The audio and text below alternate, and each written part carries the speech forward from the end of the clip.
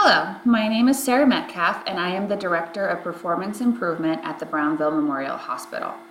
Today we're going to go over our performance improvement plan to help increase the health literacy among our staff. Today we are going to be focusing on two major areas of concern. Number one being availability of patient-friendly education materials and disbursement of take-home materials. And number two would be improving language and cultural barriers. As you can see from the graphic on the right-hand side, 99% of Americans can read, but only 12% are health literate.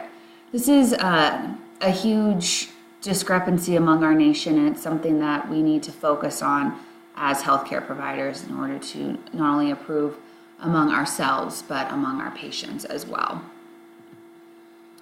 So number one, improving availability of patient-friendly education materials and disbursement of take-home materials will further help to improve self-care instructions and our patients' ability to self-care. It caters to different learning preferences. It helps patients ask more questions. It also helps answer questions, maybe questions they didn't know they had, or questions that they were a little too afraid to ask. It also decreases misinformation, whether they are reading information online, getting misinformation from family or friends, or just have some misconceptions about the health information that you're trying to relay to them. It helps them to learn at their own rate, a rate that they're comfortable with. And it'll also help them educate others around them. So it'll help, maybe they'll be able to teach their family and friends about what they need to know about their health, their support system, and keep them in the loop as well. So for language and cultural barriers, at the Brownville Memorial Hospital, over 35% of patients come from a different language or cultural background. This will help improve communication with this portion of our population. It'll also increase patient comfort and trust with the providers. It'll help confirm providers and patients understand each other. It'll help patients learn more. And it'll improve self-care again. And also increase our ability to connect and identify any red flags that we may be seeing in our patients. So what is health literacy? The definition of health literacy is Brownville Memorial Hospital's ability to educate, connect, and follow up with all patients in a manner that would allow them to use that information to make informed and appropriate healthcare decisions, generating the best possible health outcomes. And generating the best possible health outcomes is something that as providers and just healthcare professionals, that's what we want for all of our patients. So let's first go over some current health literacy campaigns and initiatives that are already out there. So it's important to look at the National Action Plan to Improve Health Literacy. And this action plan was developed basically by focusing on health literacy issues and working together, we can improve the accessibility, quality, and safety of healthcare, reduce costs, and improve the health and quality of life of millions of people in the United States. So this is their overall goal with this specific improvement plan, and there are 7 goals associated with how they plan on completing this. So number 1 is to develop health information that is accurate, accessible, and readable.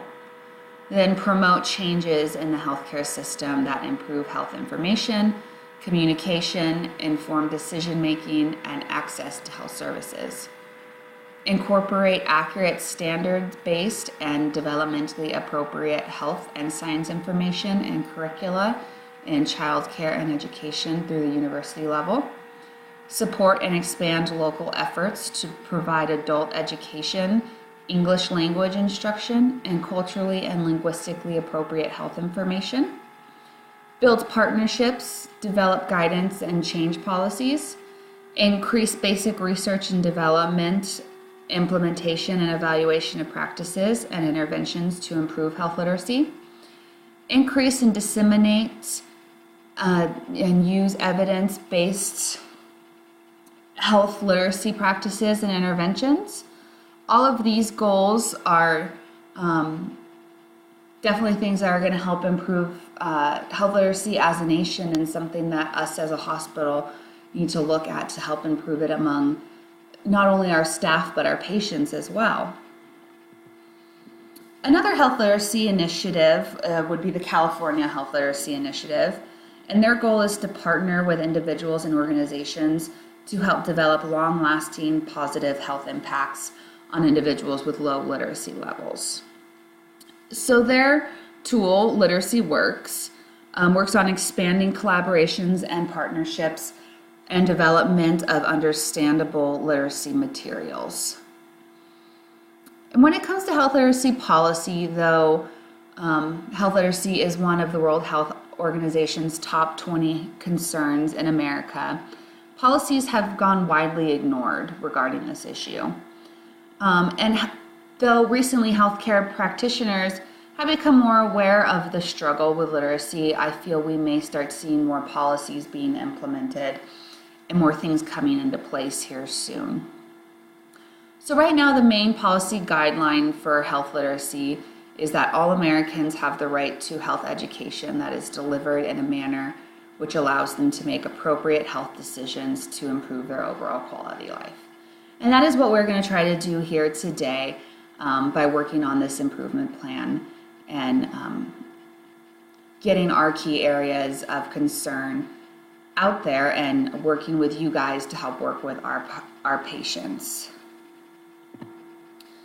So some key communication principles we need to keep in mind are: one, getting to know the target population. We need to know our patients to better serve them. We need to work on getting better comprehensive language access, so we need to look at phone interpreters versus video interpreters, and also versus who we have as interpreters in our offices as well. We need to work on utilizing more of an active voice with each patient, readability and relevance of all print materials, utilizing more visuals during appointments and even within our print materials. And then, like the California Health Literacy Initiative, partnerships and collaborations are really key components of communication when it comes to health literacy and improving it among our patients. So how are these key communication principles going to relate back to our areas of concern? Well, one, availability of patient-friendly education materials and disbursement of take-home materials. Readability, relevance of print materials. We need to make sure that all materials we're handing out are going to be relevant to them and readable to them so that they can understand all of the information that's being provided. Again, the use of visuals, it's universal and it's something that we need to make sure is on our take-home materials. Sometimes visuals register more with patients than just reading. Partnerships and collaborations, working with other organizations, see what materials they have. They may have some better, more relevant materials that we can work on obtaining from them and sharing materials and resources through partnerships and collaborations. And then getting to know the target population, knowing our patient population, knowing who we need materials for, what cultures we need to appeal more towards, and knowing what sort of relevant information we need to be putting out there and providing to our patients. Then language and cultural barriers. Again, visuals are universal. Utilizing those in appointments and on the materials it's going to be perceived well with any sort of culture or individual with a different language background. Working on partnerships and collaborations, there's a lot of organizations out there that work with various cultures and those of different language backgrounds, and can help us learn more about those and learn how to connect better with our patients. Getting to know the target population, getting to know who we need to relate to, what languages we have out there, what kind of interpreters we need to be looking for. Comprehensive language access, knowing that when possible we really need to use video or in-person interpreters versus phone interpreters, just to get that better quality of care during those appointments. And then active voice, using an active voice with any culture or person of a different language background is going to generate better with them. It's going to help them better understand the information and provide more trust for you as the provider. So when it comes to best practices in health literacy, there are some things that we really want to focus on doing and some things we want to avoid doing. So things we really want to avoid in appointments is using any sort of medical jargon, using a passive voice, asking close-ended questions, providing long written, confusing instructions, going over too many topics at once with a patient, and utilizing phone interpreter lines when maybe a video or an in-person interpreter would have been possible. So some things you can do to ensure best practice is to, again, use in-person interpreters or phone interpreters or video interpreters instead of phone interpreters. Take your time with the participant. Don't make them feel rushed. Make the patient feel comfortable. Utilize plain language. Use open-ended questions. Use the teach back technique to help you understand that the patient has understood everything you've told them. Solicit questions. Patients may be afraid to ask questions, so them getting the feeling that you want them to ask questions will make them feel more comfortable and more likely that they're going to ask you some questions. Use visuals and patient-friendly education materials as much as possible. So for using voice, so a passive voice would be something you don't want to use, would be doctors recommend the flu shot every year. Making that an active voice, you could say it is best to get the flu shot every year. This helps clarify to the patient exactly what you're trying to tell them that you recommend. And then try not to use any close-ended questions, so something that's going to generate a one-word response, like, do you exercise? An example of an open-ended question could be, what does your weekly exercise routine look like? This would generate a more thought-out response. And then for language, you want to avoid using any sort of complex language. So, for example, your endocrinologist ordered an additional diabetic nephropathy test due to the indication of an abnormal amount of protein in your last urine sample. An example to make this more plain language would be your diabetes doctor requested another test for your kidneys because there was a high amount of protein in your last pee sample. That's something that I think the patient would be able to better register. And then focusing on body language. So you don't want to speak at the interpreter if you're using an interpreter. And you also don't want to ignore any signs of distress that the participant may be giving off. What you do want to do is make contact, talk to the patient, not the interpreter. And you want to look for any sort of visual responses and body language of the patient. And just remember, don't assume if a patient doesn't ask a question that they don't have any or that they completely understood what was discussed. This is where you want to utilize any sort of teach-back techniques in order to ensure understanding.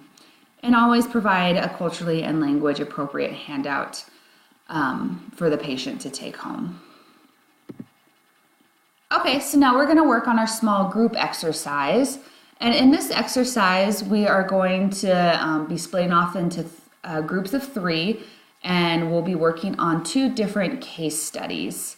So in these two scenarios, each participant will take on the role of either the doctor, the nurse, or the patient. So the participant who's going to take on the role of the patient will be provided with a script stating their diagnosis, the symptoms, any personal life details that may be relevant, lifestyle choices, work schedule, and other factors that may help the healthcare professional identify any specific health barriers. And the participants who take on the role of the doctor or the nurse are going to work together to develop or to help identify the patient's specific needs.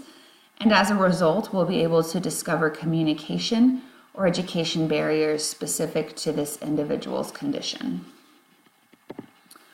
So the objective of these two case studies that you guys are about to work on is to address our main areas of concern. We're going to do this by improving the provider's ability to efficiently identify any language or cultural barriers during the assessment portion of these appointments and address these needs as efficiently as possible. Participants will also be asked to select the most appropriate patient handout to provide to the individual. These handouts need to be readable, relevant, culturally and language appropriate. This will help us as a hospital staff identify maybe what we currently have available to participants that is appropriate, and then maybe what we need to start acquiring to make this easier for us as providers and then for our patients as well. So the materials you're going to need is once you guys break up into the group of 3 and you decide who the patient is the patient is going to get 2 patient profiles, and they will take time to read both and understand their situation before beginning. Then the doctor and the nurse will be provided with some notebook paper and a pen so that they can take these notes on the patient's condition as they need. And the most important thing you will need to complete this case study is clear communication among your team members. You are encouraged to pull from your own personal experience with patients while keeping all your health literacy knowledge in mind. So step number 1, we're going to take some time to separate into groups of 3. Once you guys separate into your groups of 3, you're going to decide who will take what role. You'll have 1 minute to decide. And then once you've decided, the participant who is taken on the role of the patient will be provided with their patient profiles, and they're going to get 10 minutes to read over both. And then while the patients are reading their profiles, the nurses and the doctors should get together and work together to develop how they would like to structure this appointment. Next, we're going to take 15 minutes to role play each case study. 15 minutes is the average appointment time physicians normally spend with their patients, so this is definitely a realistic situation. By the end of each case study, those who are playing the nurse or the doctor need to ensure to the best of their ability that the patient has completely understood the information provided and has gone home with the most appropriate handout or resource. This is the most important portion of these appointments. So once the appointments are completed, participants who played the patient should read their patient profile to their group of 3, and the group will write down some improvements that they could have made now knowing the patient's full history and profile, and any sort of communication errors that were made, and maybe what successes they saw. And then think about the handouts that you used in the appointment. Were these appropriate? Are there any additional resources, materials that we could add to our hospital's resources that would better suit these situations? And then once you guys discuss among your group of 3, each group will take turns presenting their findings to everyone. And then as a whole, we're going to further reflect on barriers and successes and any resource issues presented during these case studies. So this will help us as a group identify maybe where some additional barriers lie and where we can further improve from here. All right, we're going to go ahead and start our case study, and thank you everyone for participating today. Let's go ahead and break up into groups of 3.